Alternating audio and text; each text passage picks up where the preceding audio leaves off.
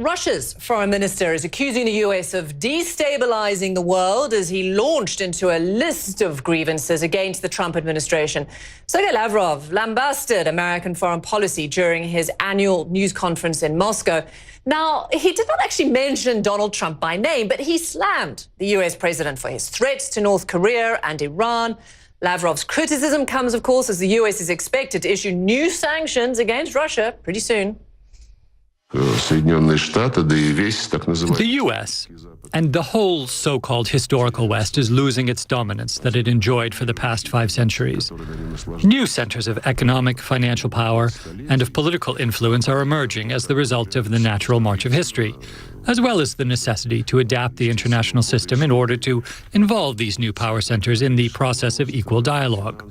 The United States, unfortunately, is resorting to illegitimate methods to try to stop the relative decline of their role in world politics.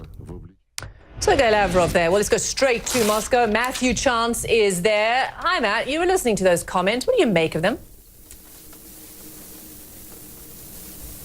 Well, it was interesting to compare what Sergei Lavrov was saying and the tone of his comments from, a year ago when President Trump was inaugurated, when he was talking about the hope that he had of building, to paraphrase him, a better relationship with the United States. All that in the past 12 months appears to have been sort of jettisoned out of the window. And now this was a public berating by the Russian foreign minister of US policy. You're right to mention he didn't mention Donald Trump by name, but he did talk about how the United States had destabilized the global order.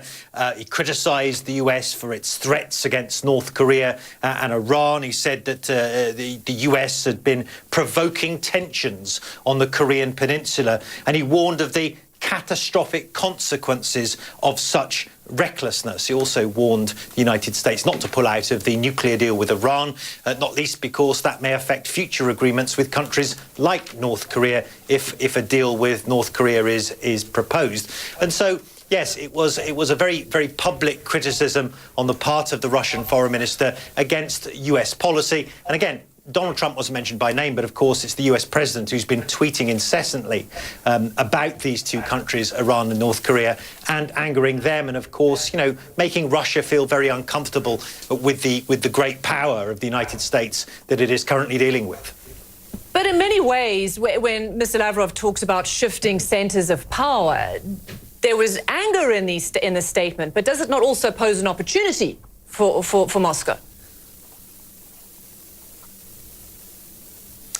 Well, they're always going on about shifting centres of power and a multipolar world. And, in part, it's wishful thinking because as part of that multipolar world, they visualise Russia as being one of the many poles.